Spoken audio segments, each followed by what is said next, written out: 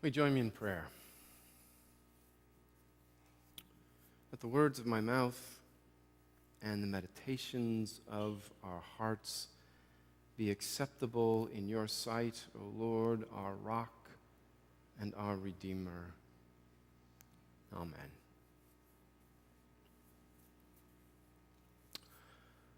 Well, deep down, most of us know who we really are. We know the kind of environment that we thrive in. We know the work that we're good at doing. We know the right balance that we need to hold between time alone and time with others. It's different for everybody, but we know what's best for us. We know what we like and what we don't, what matters to us and what doesn't, what we're drawn to and what we're not. And when we allow ourselves the chance to step back from the busyness of our lives and reflect on our days, we know when we are living our lives in ways that are congruent with who we know ourselves to be.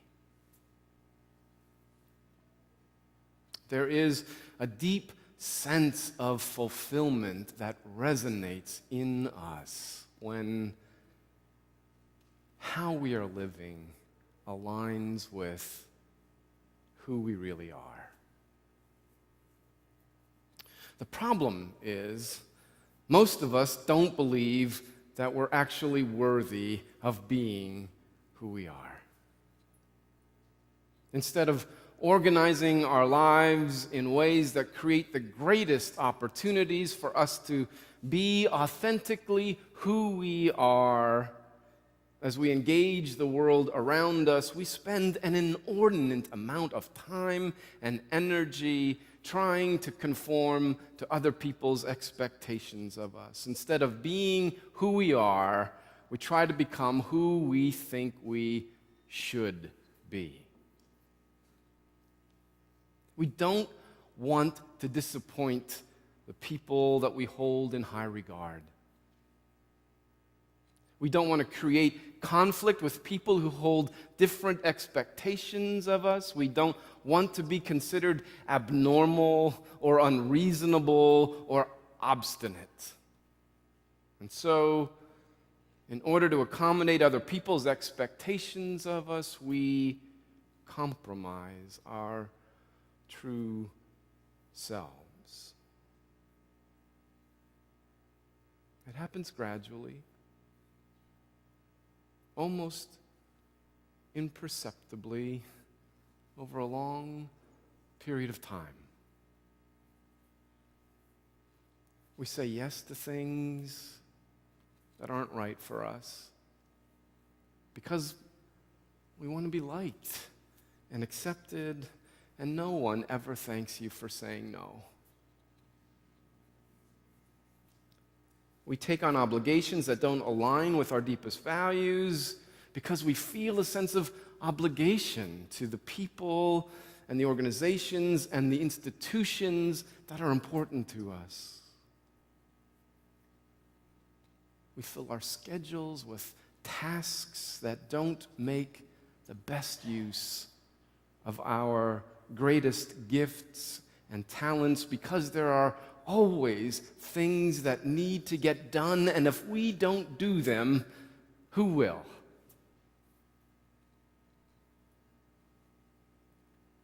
In small and almost imperceptible ways, we allow our lives to get out of alignment with our true selves. Until one day, we notice that we haven't been laughing in a long time. And we haven't lost ourselves in some meaningful activity in a long time. And we haven't experienced a deep sense of satisfaction and fulfillment in a long time. Instead, we realize that for a long time we've been feeling weary and lonely and sad.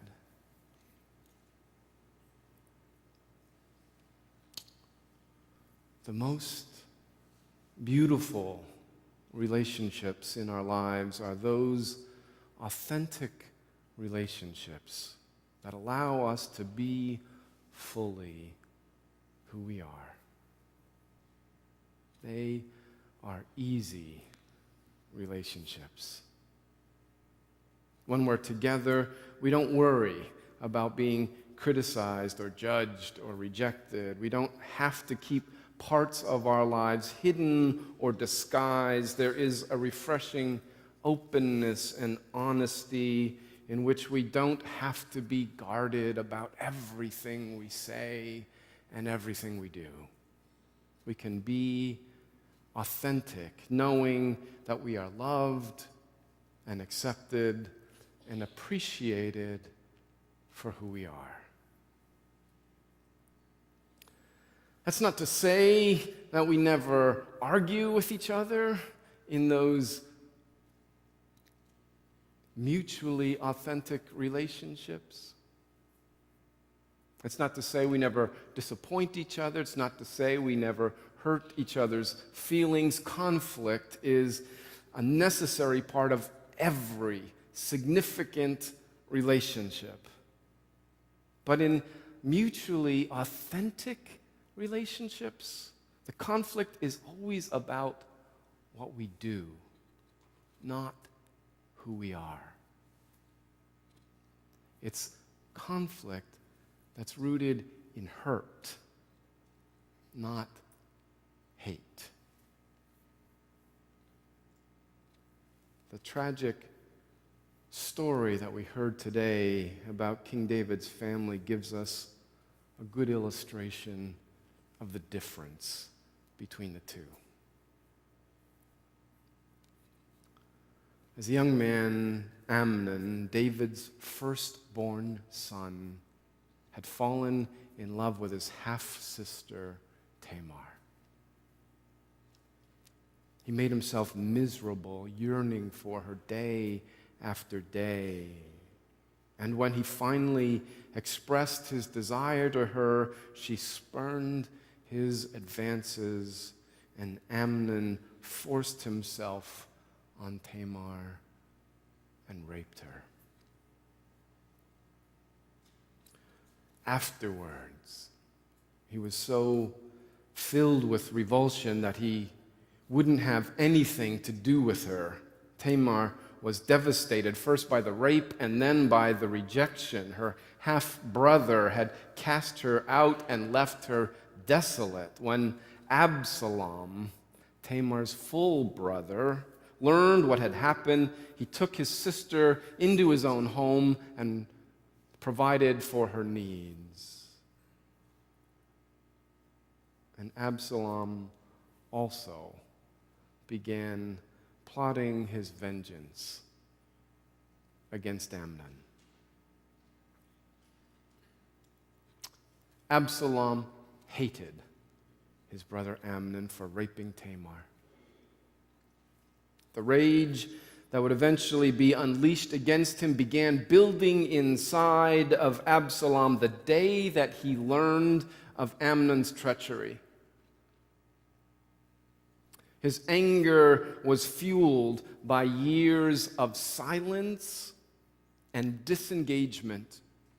From that day on, Absalom treated his half-brother as if he was already dead. He cut him off from any contact. He wouldn't talk with him, wouldn't interact with him, wouldn't even acknowledge his existence. Absalom had demonized and dehumanized Amnon. He was no longer his brother. He was a vile creature, no longer deserving of life. One spring day, Absalom broke his silence and extended an invitation to Amnon to join him at a sheep shearing party that he was hosting in Ephraim. He had prepared a king's feast with wonderful food and excellent wine, and Amnon was thrilled to receive the invitation. For the first time in 2 years, Absalom was reaching out to him and including him in his family life again. Even though they'd never talked about what had happened, the invitation to the party was a sign of reconciliation, an indication of Absalom's willingness to forgive him for the terrible thing that he had done. Amnon's heart was glad that night as he joined the party. He was delighted to be included once again in the family's inner circle, and he drank deeply from the cup of blessing that had been extended to him. But that was all part of Absalom's plan. He hadn't forgiven his brother. The entire celebration was a ploy to get Amnon drunk, to lure him away from his own home, to isolate him and put him in the vulnerable position so that Absalom could finally enact his revenge. He'd been planning that moment for years as the anger and the resentment and the hatred stewed inside of him. He knew that his father would not be present that night because he had invited him, and David had declined the invitation. He had carefully instructed his servants, telling them when and where and how to strike their deadly blows that night. Absalom was ruthless in enacting his revenge on Amnon. It was the first of many acts of treachery that marked his descent into a life of bitterness and hatred and violence. From murder, Absalom graduated to insurrection, and from there on to treason, and from there on to armed revolt. His life was consumed by hatred, and he died a violent death at an early age.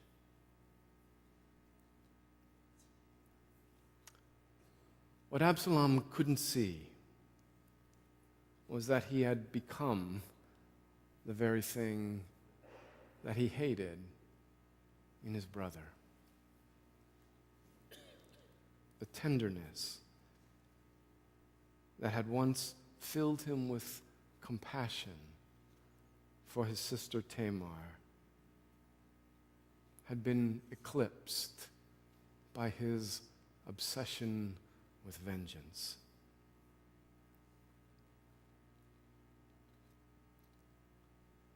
But no matter how badly Absalom behaved, his father David could never hate him. He was often angry and disappointed and hurt by the things that Absalom did and the choices that Absalom made, but David never stopped loving his son. He didn't demonize or dehumanize Absalom. He never thought of him as a deranged killer, a heartless sociopath, a vile creature. In today's passage, we were told that when David learned Absalom had murdered his half-brother Amnon and fled the country, David did not respond with fury or outrage or vengeance or violence. Instead, David's heart went out to Absalom. David knew the demons that Absalom was wrestling with. David knew that as a father, he had failed to protect his daughter. He knew that he had failed to hold Amnon accountable for his terrible act of violence. He knew that he himself had once been complicit in arranging the murder of another human being, a person that he himself had dehumanized and turned into an obstacle that needed to be eliminated from his life. It was David's willingness to look at his own life honestly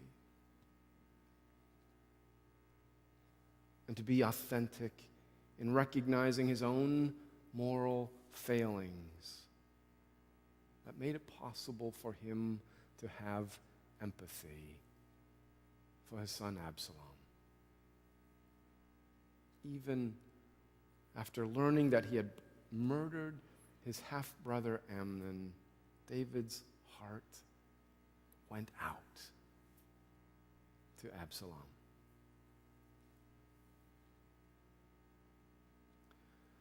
Before our hearts can go out to each other, we must be willing to acknowledge what is in our own hearts, to recognize both the good and the bad that is in us, and still consider ourselves worthy of love and belonging.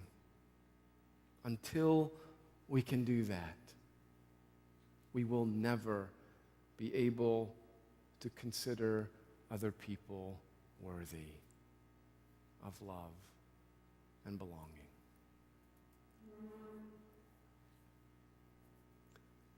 In her book, Daring Greatly, Brené Brown points out that having a sense of worthiness is a prerequisite for being in authentic relationships. Worthiness doesn't come from being perfect. It doesn't come from being successful. It doesn't come from living up to other people's expectations. Worthiness comes from being authentic, from allowing the fullness of who we are to be expressed in our lives. Our hearts can go out to each other only when we live authentic lives. Amen.